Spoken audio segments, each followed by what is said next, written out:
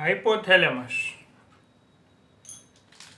આપણે અંતઃસ્ત્રાવી તંત્રની અંદર આપણા શરીરના કયા અંગોમાં કયા વિસ્તારમાં અંતઃસ્ત્રાવી ગ્રંથિઓ આવેલી છે એની ચર્ચા કરી હતી. હવે આપણે આજે હાઇપોથેલેમસ વિશેની ચર્ચા કરશું. હાઇપોથેલેમસ કે તો હાઇપોથેલેમસ ક્યાં આવેલી હોય છે, કયા કાર્ય સાથે સંકળાયેલી છે, બરાબર, એની બધી ચર્ચા કરીએ.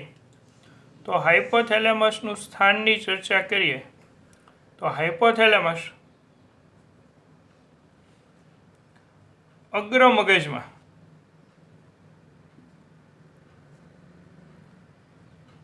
આંતરમસ્તિષ્કના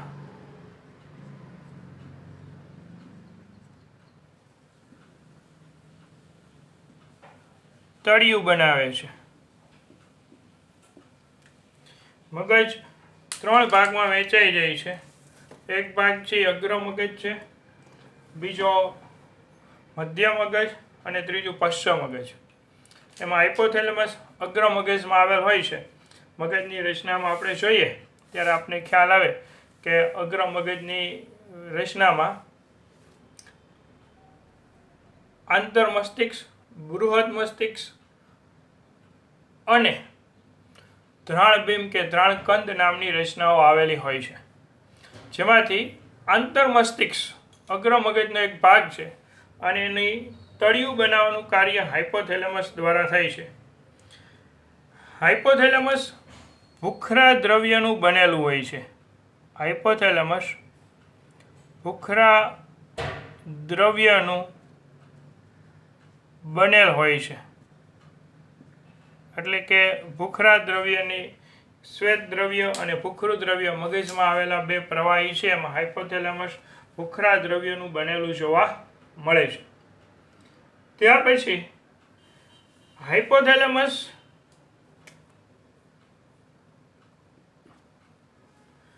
એ શરીરના વિવિધ કાર્યોનું નિયમન કરે છે. શરીરના વિવિધ કાર્યોનું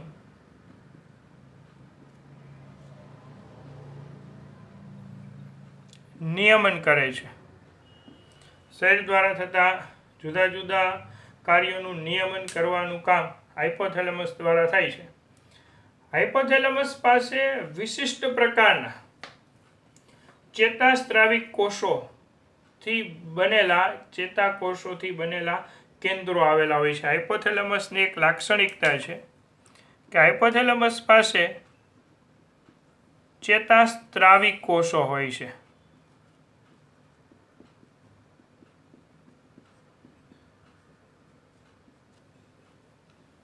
અને ચેતાસ્ત્રાવી કોષો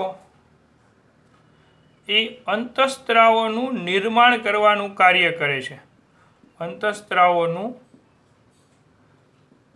નિર્માણ કરવાનું કાર્ય કરે છે. હાઇપોથેલેમસના ચેતાસ્ત્રાવી કોષો દ્વારા અંતઃસ્ત્રાવોનું નિર્માણ કરે છે. હાઇપોથેલેમસ હાઇપોફિશિયલ નિવાહિકા તંત્ર દ્વારા અગ્ર પિટ્યુટરી સાથે જોડાયેલી હોય છે. એકચ્યુઅલી હાઇપોથેલેમસ પિટ્યુટરી સાથે કઈ રીતના જોડાયેલી હોય તેનો આપણે એક રેખાકૃતિ સ્વરૂપેનો ચિતાર જોઈએ.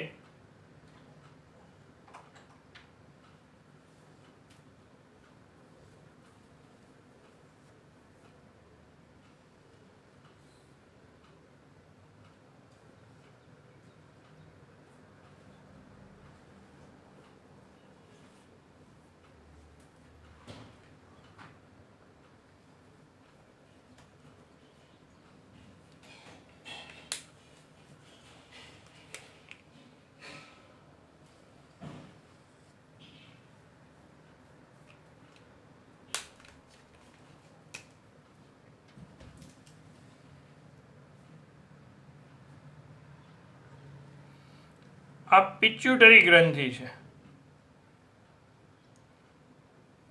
આ અગ્રખંડ છે.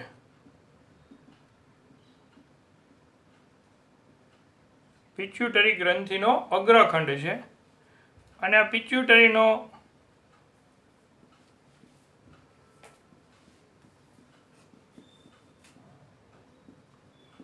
પશ્ચખંડ છે. પશ્ચ પિટ્યુટરી તરીકે પણ ઓળખાય છે. પહેલા એને અગ્ર પિટ્યુટરી તરીકે પણ ઓળખવામાં આવે છે. હવે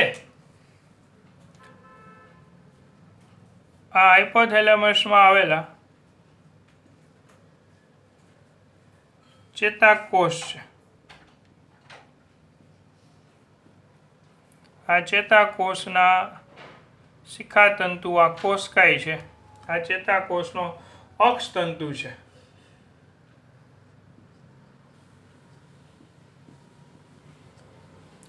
આ ઉપરનો વિસ્તાર રાખવા હાઇપોથેલેમસનો છે.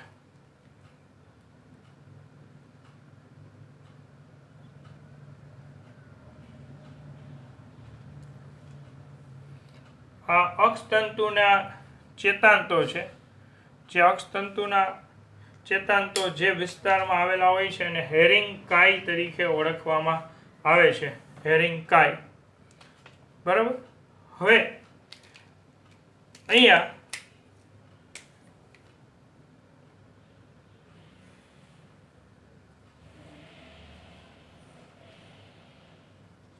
આ પિટ્યુટરી ગ્રંથિના કોષો છે.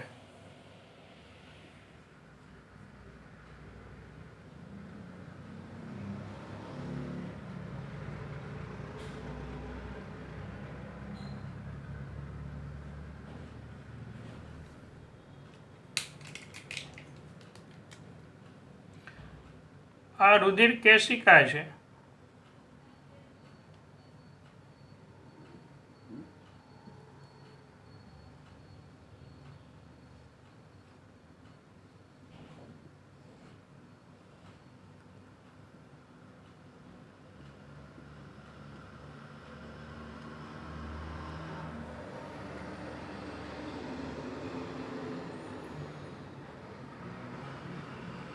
અહીંયા પણ આ રુધિર કેશિકા છે.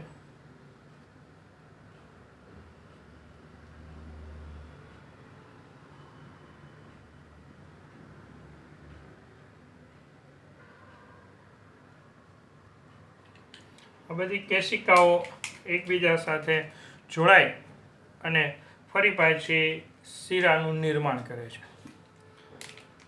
આ હાઇપોથેલેમસના ચેતાસ્ત્રાવિક કોષો છે.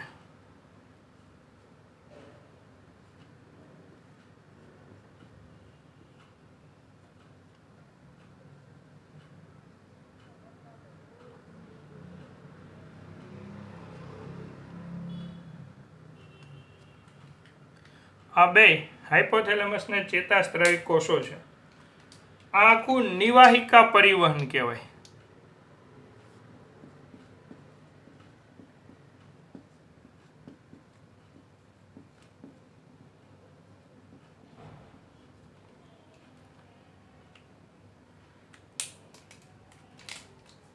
આ ચેતાકોષ છે બે.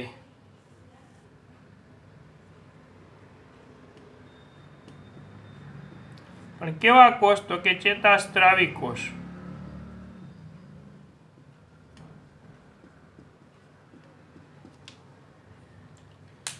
ચેતાસ્ત્રાવી કોષો દ્વારા અંતઃસ્ત્રાવ ઉત્પન્ન થાય. ઉત્પન્ન થયેલો અંતઃસ્ત્રાવ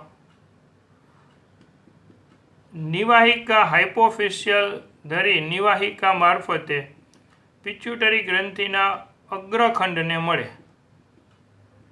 આ અંતઃસ્ત્રાવ પિટ્યુટરી ગ્રંથિના અગ્રખંડને મળે અને પિટ્યુટરી ગ્રંથિના અગ્રખંડના કોષો ફરી પાછો અંતઃસ્ત્રાવ ઉત્પન્ન કરે. એ પિટ્યુટરી ગ્રંથિના અગ્રખંડ દ્વારા ઉત્પન્ન થતો અંતઃસ્ત્રાવ રુધિરમાં ભળે.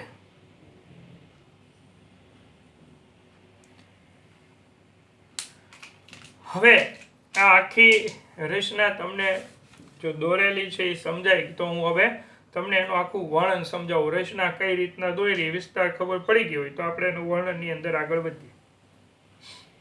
કે હાઇપોથેલેમસ એ હાઇપોફિશિયલ નિવાહિકા તંત્ર દ્વારા આ આખી રચના જે આપને દેખાય છે નિવાહિકા પરિવહન, એને કહેવાય હાઇપોફિશિયલ નિવાહિકા તંત્ર. હું અહીંયા લખું છું, ખાસ ધ્યાન રાખજો.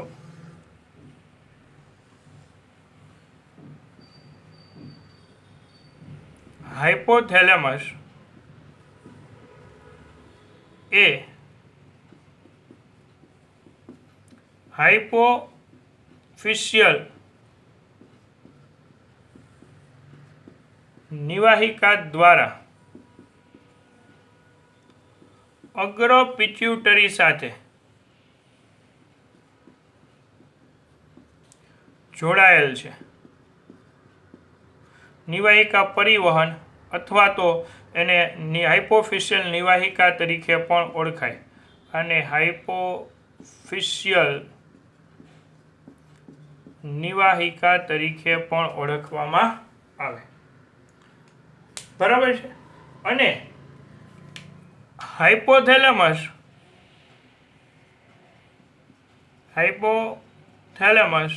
એ ચેતાકોષ દ્વારા પશ્ચ પિટ્યુટરી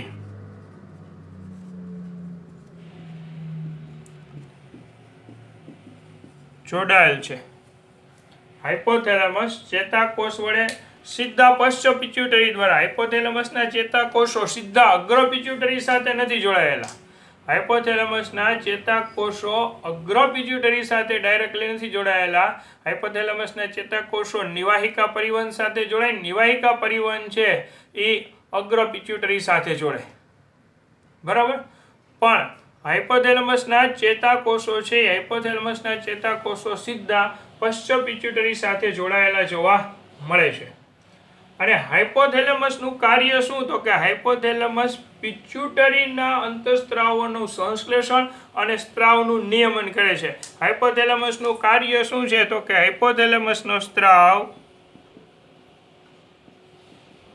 હાઇપોથેલેમસ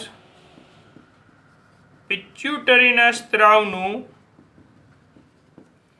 નિયમન અને સંશ્લેષણ કરવાનું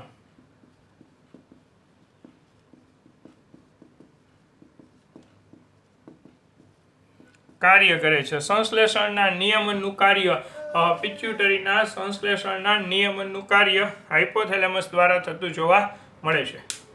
આટલું આ રચનાત્મક માહિતી બધાને ખ્યાલ આવી ગઈ. બરાબર. તો હવે આપણે હાઇપોથેલેમસ દ્વારા કયા પ્રકારના સ્ત્રાવ થાય છે એની ચર્ચા છે એ આપણે જોઈએ.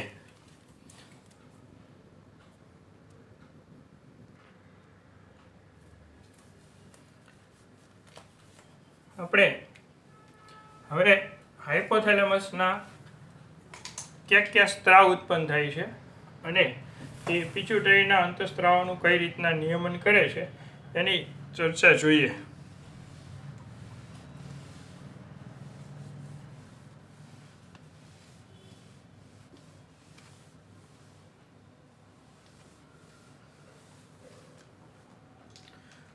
હાઇપોથેલેમસમાંથી બે પ્રકારના અંતઃસ્ત્રાવ ઉત્પન્ન થાય. હાઇપોથેલેમસ દ્વારા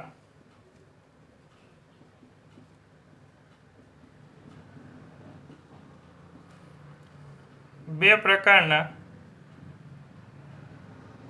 અંતઃસ્ત્રાવો ઉદ્ભવે. એક રિલીઝિંગ હોર્મોન અને બીજું ઇન્હિબિટરી એટલે કે અવરોધક હોર્મોન. બે પ્રકારના અંતઃસ્ત્રાવ ઉત્પન્ન થાય છે. એક રિલીઝિંગ હોર્મોન, બરાબર, RH, એને પ્રેરક મુક્ત કરતા હોર્મોન્સ તરીકે પણ ઓળખાય છે. અને ઇન્હિબિટરી હોર્મોન્સ અવરોધક અંતઃસ્ત્રાવો જેને IRH, ઇન્હિબિટરી રિલીઝિંગ હોર્મોન્સ, અવરોધક અંતઃસ્ત્રાવો તરીકે પણ ઓળખાય છે. રિલીઝિંગ હોર્મોન્સ શું કાર્ય કરે છે? તો આ રિલીઝિંગ હોર્મોન્સ પિટ્યુટરીના સ્ત્રાવને ઉત્તેજે છે. પિટ્યુટરીના અંતઃસ્ત્રાવોના સ્ત્રાવને ઉત્તેજે છે. હવે એનું એક ઉદાહરણ જોઈએ તો હાઇપોથેલેમસમાંથી ઉત્પન્ન થતો અંતઃસ્ત્રાવ ગોનેડોટ્રોપિક રિલીઝિંગ હોર્મોન. હું તમને એ દોરી અને એક વસ્તુ સમજાવું.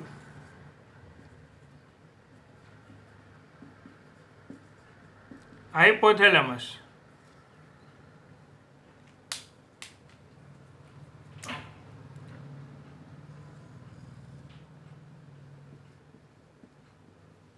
પિટ્યુટરી ગ્રંથિ,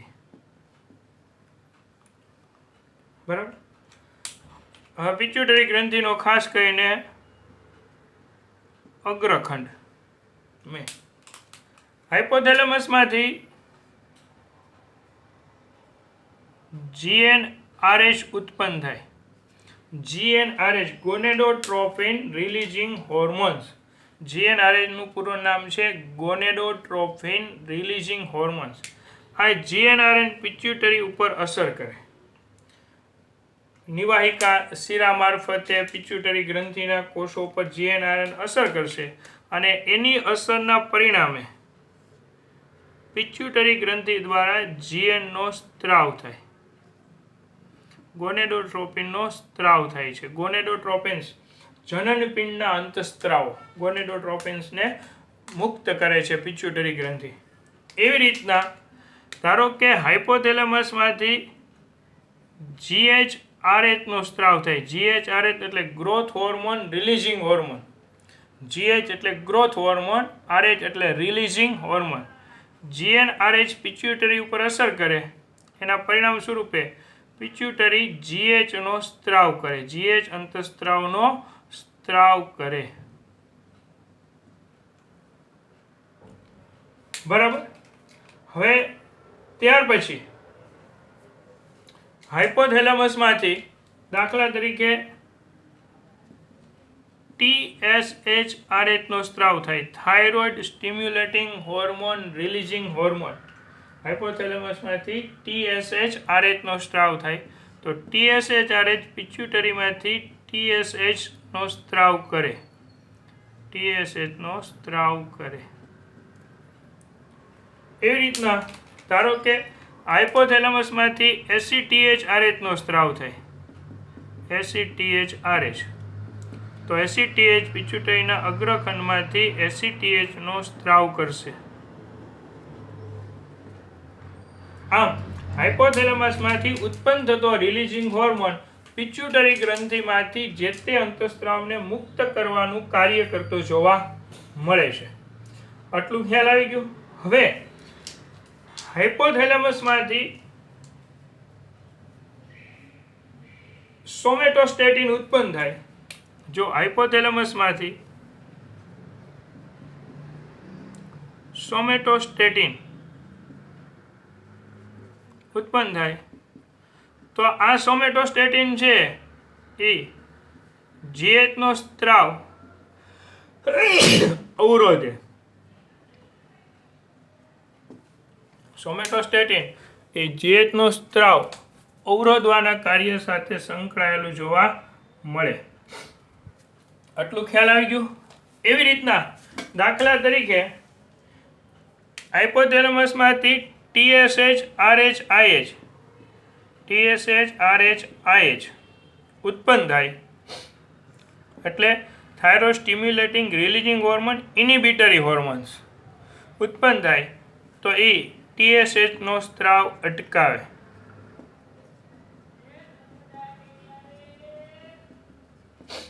આ રીતના હાઇપોથેલેમસની